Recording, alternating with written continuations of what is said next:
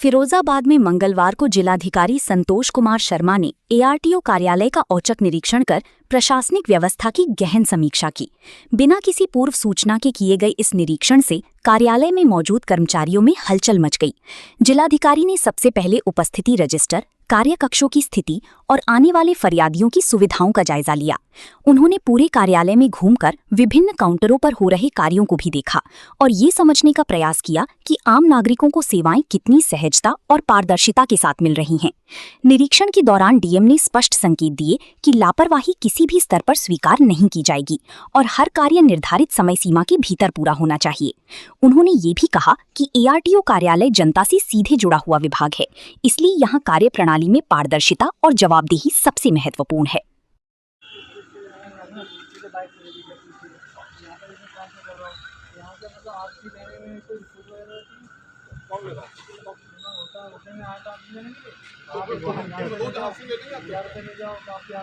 ये औचक निरीक्षण है। मैं यहाँ पे जनपद के किसी भी कार्यालय में कभी भी औचक निरीक्षण में करता हूँ, उसी के क्रम में है। और ये किसी कोई शिकायत या उसके उद्देश्य के आधार पर नहीं की गई थी।